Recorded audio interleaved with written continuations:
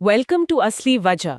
आप सुन रहे हो एक साइकोलॉजिकल डीप डाइव। आज हम बात करेंगे खामोशी के बारे में, लेकिन वो खामोशी नहीं जो हमें सुकून देती है, बल्कि वो जिसे एक हथियार की तरह इस्तेमाल किया जाता है। बिल्कुल।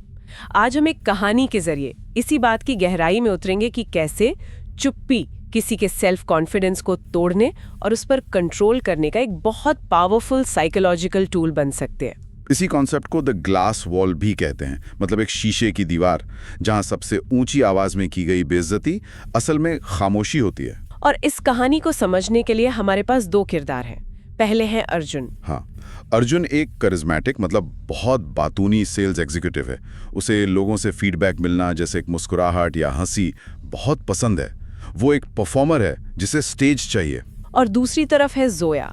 वो बहुत एलिगेंट, शांत और चीज़ों को बहुत बारीकी से देखने वाली लड़की है। वो बोलती बहुत कम है। एक ऑब्जर्वर कह सकते हैं। तो एक परफॉर्मर और एक ऑब्जर्वर, इनकी कहानी से ही हम समझेंगे कि ये खामोश मनोवैज्ञानिक जंग कैसे लड़ी जाती है। तो कहानी शुरू होती है एक कैफे से। माहौल में काफी शोर है, लोग बातें कर रहे हैं और अर्जुन हमेशा की तरह पूरे जोश में जोया को एक मजेदार किस्सा सुना रहा है। हाँ, वो अपने हाथों से इशारे कर रहा है, उसकी आवाज में एक उत्साह है, वो पूरा माहौल बना रहा है। और जाहिर है, एक परफॉर्मर होने के नाते वो कहानी के पंच लाइन पर एक रिएक्शन की उम्मीद कर रहा है। एक हंसी, एक मुस्कुराहट, कुछ भी, एक सोशल क्यू जिससे उसे लगे कि हाँ, मेरी बात पहुंची। लेकिन किस्सा खत्म होने पर कुछ नहीं होता। जोया कोई रिएक्शन ही नहीं देती। बिल्कुल नहीं। वो बस अपनी कॉफी पीती रहती है, अर्जुन की आंखों में देखती है और उसका चेहरा एकदम न्यूट्रल, कोई भाव नहीं। और ये खामोशी उस शोर भरे कैफे में पूरे 4 सेकंड तक रहती है। सुनने में 4 सेकंड बहुत कम लगते हैं ना? बहुत कम। पर जब आप किसी से बात कर रहे हो और जवाब का इंतजार कर रहे हो, तो ये 4 सेकंड बहुत बहुत लंबे महसूस होते हैं। एक वैक्यूम में खालीपन सा बन जाता है। तो इस खामोशी का अर्जुन पर क्या असर होता है? उसकी मुस्कान तुरंत फीकी पड़ जाती है। उसे लगने लगता है कि शायद मेरा मजाक अच्छा नहीं था या मैं बेवकूफ लग रहा हूँ। और वो फौरन घबराकर सफाई देने लगता है। कहता है, मतलब जब ये हुआ था तब ज्यादा मजेदार लगा था। और देखिए, यहाँ जो हो रहा है वो कितना सटल है। जोया ने कुछ बुरा नहीं कहा, कोई आलोचना नहीं की, कुछ भी नहीं। उसने सिर्फ एक जरूरी सोशल क्यू यानी हंसी को रोक लिया। इस तकनीक को हम कह सकते हैं वैलिडेशन स्टार्वेशन, मतलब सराहना या तवज्जो को जानबूझकर रोकना। अच्छा, तो उसने अर्जुन को वो वैलिडेशन नहीं दिया जिसकी उसे उम्मीद थी। बिल्कुल। नतीजा ये हुआ कि अर्जुन अपनी ही पर्सनैलिटी की क्वालिटी पर, अपने मजाकिया अंदाज पर शक करने लगा। लेकिन एक सवाल है, क्या ये मुमकिन नहीं कि जोया बस शांत स्वभाव की हो सकता है उसे मजाक समझ ही ना आया हो। बहुत अच्छा सवाल है, और शुरुआत में कोई भी यही सोचेगा। फर्क करना लगभग नामुमकिन होता है। हाँ। फर्क तब समझ आता है जब ये एक बार न होकर बार बार हो, जब ये एक पैटर्न बन जाए, जब आप देखें कि ये खामोशी सिर्फ वहीं इस्तेमाल हो रही है जहां आप सामने वाले से वैलिडेशन की उम्मीद कर रहे हैं। समझ गए। तो जोया का ये पहला कदम था, अर्जुन के आत्मविश्वास की नींव पर पहली चोट। और जैसा आपने कहा, ये एक पैटर्न बन जाता है। ये खामोशी का हथियार अब बार बार इस्तेमाल होने लगता है। हाँ। कहानी में आगे एक शाम अर्जुन एक इवेंट के लिए तैयार हो रहा है। वो एक नई थोड़ी बोल्ड जैकेट पहनता है और खुद भी थोड़ा अनश्योर है। वो जोया से पूछता है, कैसी लग रही है? ज्यादा तो नहीं है? यहाँ वो फिर से वही चीज मांग रहा है, वैलिडेशन, एक छोटा सा आश्वासन। और जोया वो फिर वही करती है, पूरी तरह खामोश। वो बस उसे ऊपर से नीचे तक देखती है, बहुत धीरे से पलकें थपकाती है और बिना एक शब्द कहे वापस शीशे की तरफ मुड़ जाती है। इस चुप्पी का असर तो बम जैसा हुआ होगा। बिल्कुल। अर्जुन का दिमाग तेजी से दौड़ने लगता है। वो उस खामोशी के पीछे का मतलब ढूंढने लगता है। और हमारा दिमाग तो हमेशा सबसे बुरी संभावना ही सोचता है। एग्जैक्टली। वो घबरा जाता है और खुद ही बोलना शुरू कर देता है। हाँ, वो कहता है, मैं बदल लेता हूँ, शायद इसका रंग खराब है, मैं डेस्परेट लग रहा हूँ, है ना? उसने खुद ही 10 बुरी बातें सोच ली। और यहाँ समझने वाली बात यह है कि जोया ने जैकेट को बुरा नहीं कहा, उसकी चुप्पी ने बस एक वैक्यूम, एक खाली जगह बनाई। और अर्जुन की अपनी इनसिक्योरिटी ने उस खाली जगह को भर दिया। इसी को कहते हैं द वाई ट्रैप या क्यों का जाल।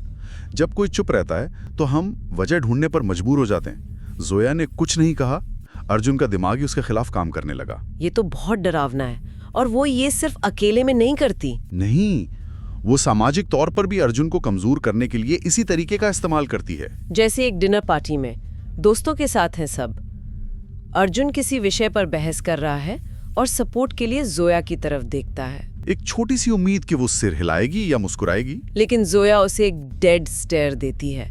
मतलब एक ऐसा लोग जैसे वो किसी कीड़े को देख रही हो जिसमें कोई दिलचस्पी ना हो। और इसका असर तुरंत होता है। सबके सामने अपनी साथी का ऐसा बर्ताव देखकर अर्जुन का कॉन्फिडेंस हिल जाता है। वो अपनी बात भूल जाता है, हकलाने लगता है और अपने पॉइंट को जरूरत से ज्यादा एक्सप्लेन करने लगता है, जिससे वो और ज्यादा अनश्योर लगता है। और ठीक उसी पल जोया के चेहरे पर एक बहुत छोटी सी जीत वाली मुस्कान आती है। ये है द सोशल डिसमेंटल। सबके सामने आपके साथी का समर्थन न देना आपको अकेला और बेवकूफ महसूस कराता है। उसने बिना एक शब्द बोले पूरी महफिल में अर्जुन की बात का वजन ही खत्म कर दिया। इन सब घटनाओं के बाद अर्जुन की मानसिक हालत धीरे धीरे खराब होने लगती है। वो घर पे हर वक्त परेशान घूम रहा है। उसे ऐसा महसूस हो रहा है जैसे वो हर वक्त बहुत संभल कर चल रहा है, वॉकिंग ऑन एगशेल्स। हाँ, उसे ये डर सताता रहता है कि उसकी किस बात पर, किस काम पर जोया फिर से खामोश हो जाएगी। ये बहुत तनाव भरी स्थिति होती होगी। बहुत ज्यादा। लगातार जब किसी को सराहना से दूर रखा जाता है तो उसका आत्मसम्मान खत्म होने लगता है। इंसान हर चीज के लिए खुद को ही दोषी मानने लगता है। उसे लगता है कि शायद मुझ में ही कोई कमी है। बिल्कुल।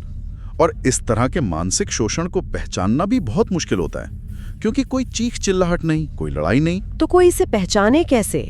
यही तो इसकी सबसे बड़ी ताकत है। बाहर से देखने वालों को तो यही लगेगा कि जोया कितनी शांत और सुलझी हुई है, और अर्जुन कितना बेचैन और अस्थिर है। शिकार ही दोषी नजर आने लगता है। फिर कहानी में एक बड़ा मोड़ आता है। अर्जुन एक दिन ऐसे ही इंटरनेट पर एक वीडियो देख रहा होता है। अब वीडियो का शीर्षक था डार्क साइकोलॉजी इन नेगोशिएशंस। और उस वीडियो में वो एक ऐसी बात सुनता है जो उसके लिए एक आईने की तरह काम करती है। उस वीडियो का वॉइस ओवर कहता है, जब आप रिएक्ट नहीं करते तो दूसरे व्यक्ति का दिमाग घबरा जाता है, उन्हें स्टेटस थ्रेट महसूस होता है। अपनी चिंता कम करने के लिए वे ज्यादा बात करेंगे, राज खोलेंगे या सिर्फ एक रिएक्शन पाने के लिए माफी मांगेंगे। और फिर सबसे जरूरी लाइन, खामोशी खाली नहीं होती, ये एक हथियार है। और ये सुनते ही अर्जुन की आंखों के सामने से जैसे पर्दा हट जाता है। उसे सब कुछ साफ दिखने लगता है। उसे एहसास होता है कि जोया शर्मीली या गंभीर नहीं है जैसा वो आज तक मानता आया था।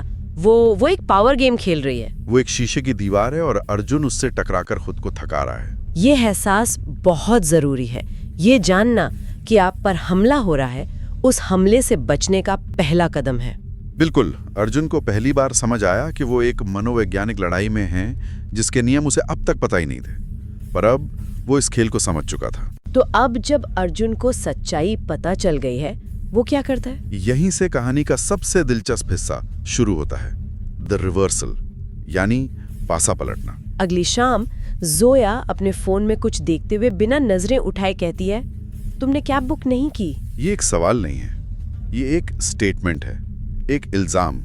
और इसके पीछे छुपी हुई उम्मीद ये है कि अर्जुन तुरंत घबराकर माफी मांगेगा। वो उसी पुराने पैटर्न को दोहरा रही है। बिल्कुल। उसे पूरी उम्मीद है कि अर्जुन फिर से उस खामोशी के डर से बेचैन होकर सफाई देने लगेगा। लेकिन इस बार अर्जुन तैयार है।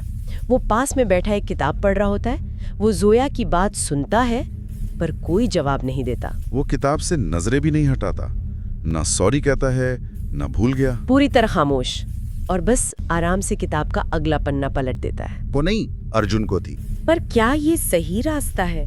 मतलब उसी के हथियार को इस्तेमाल करना, क्या इससे रिश्ता और ज्यादा खराब नहीं हो जाएगा? इस स्थिति में ये बदले की भावना नहीं है, ये अर्जुन का तरीका है ये बताने का कि तुम्हारा खेल अब खत्म हो गया है। मैं इसे समझता हूँ। जब कोई मैनिपुलेटर देखता है कि उसकी चालें काम नहीं कर रही, तभी वो पीछे हटता है। अच्छा, तो ये उस जहरीले पैटर्न को तोड़ने के लिए जरूरी था। हाँ, और इसका असर होता है। चुप्पी लंबी खिंचती है, 5 सेकंड, 10 सेकंड। जोया फोन से नजरें हटाकर अर्जुन की तरफ देखती है और पहली बार उसके चेहरे पर कंफ्यूजन दिखता है। पावर डायनामिक बदल रहा है, उसका नियंत्रण हिल रहा है। जोया की आवाज में अब थोड़ी सख्ती आ जाती है। वो पूछती है, अर्जुन तुमने सुना मैंने क्या कहा? वो एक रिएक्शन चाहती है, उसे वो कंट्रोल वापस चाहिए। से कहता है, मैंने सुना। और उसे वही डेड स्टेयर देता है। उसने बस आईना दिखा दिया। इसका असर तो फौरन हुआ होगा। हाँ, जोया असहज हो जाती है, वो अपनी जगह पर हिलने लगती है और फिर वो खुद सफाई देना शुरू कर देती है। I mean it's fine, I can book it, I just thought. वो उस खालीपन को भर रही है जो अर्जुन ने बनाया था। इस एक चाल से अर्जुन ने ताकत का पूरा संतुलन पलट दिया था। तो अर्जुन ने ये लड़ाई जीत ली, पर इसका मतलब क्या हुआ? क्या आप सब ठीक हो गया? यही कहानी अपने आखिरी हिस्से पर आती है, द न्यू साइलेंस। इस घटना के बाद अर्जुन को एक गहरी बात का एहसास होता है। उसे समझ आता है कि वो ये दिमागी खेल, ये लड़ाई पूरी जिंदगी नहीं खेलना चाहता। इस लड़ाई को जीतना एक बात है, लेकिन ऐसे रिश्ते में रहना जहां हर रोज एक जंग लड़नी पड़े, वो उसे मंजूर नहीं। ये एक बहुत बड़ी और जरूरी समझ है। कभी कभी किसी लड़ाई को जीतने का सबसे अच्छा तरीका होता है उस लड़ाई से ही बाहर निकल जाना। क्योंकि कुछ रिश्तों की कीमत आपकी मानसिक शांति से ज्यादा नहीं हो सकती। बिल्कुल। अर्जुन जोया से अपनी आखिरी बात कहता है। वो कहता है, you know Zoya, silence is peaceful when you are alone, but when you are with someone it's just lonely. मतलब जोया खामोशी तब सुकून देती है जब इंसान अकेला हो, लेकिन जब किसी के साथ हो तो ये सिर्फ अकेलापन है। इस एक वाक्य में उस रिश्ते का पूरा सच छिपा है। हाँ, जो खामोशी जोया के लिए नियंत्रण का हथियार थी, वो अर्जुन के लिए भावनात्मक अकेलेपन का प्रतीक थी। ये कहकर अर्जुन दरवाजे से बाहर चला जाता है। कमरे में जोया बिल्कुल चुप बैठी रह जाती है। लेकिन इस बार उसकी खामोशी में कोई ताकत नहीं है। इस बार उसकी खामोशी हथियार नहीं, बल्कि सिर्फ एक खाली कमरा है। इस कहानी का जो मनोवैज्ञानिक निष्कर्ष है वो बहुत गहरा है। Confidence is fragile, it requires an echo to survive. मतलब आत्मविश्वास बहुत नाजुक होता है, उसे जिंदा रहने के लिए एक गूंज की जरूरत होती है। If you want to destroy someone, you don't have to scream at them. You just have to refuse to hear them. अगर आप किसी को बर्बाद करना चाहते हैं, तो आपको उन पर चिल्लाने की जरूरत नहीं है। आपको बस उन्हें सुनने से इनकार करना है।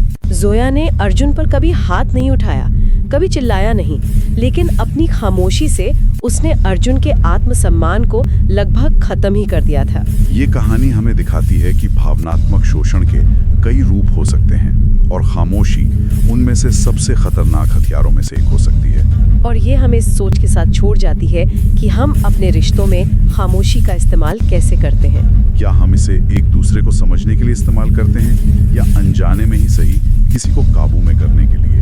इस पर सोचना बहुत जरूरी है। अगर आपको ये वीडियो अच्छा लगा हो तो लाइक, कमेंट, शेयर और सब्सक्राइब जरूर करें।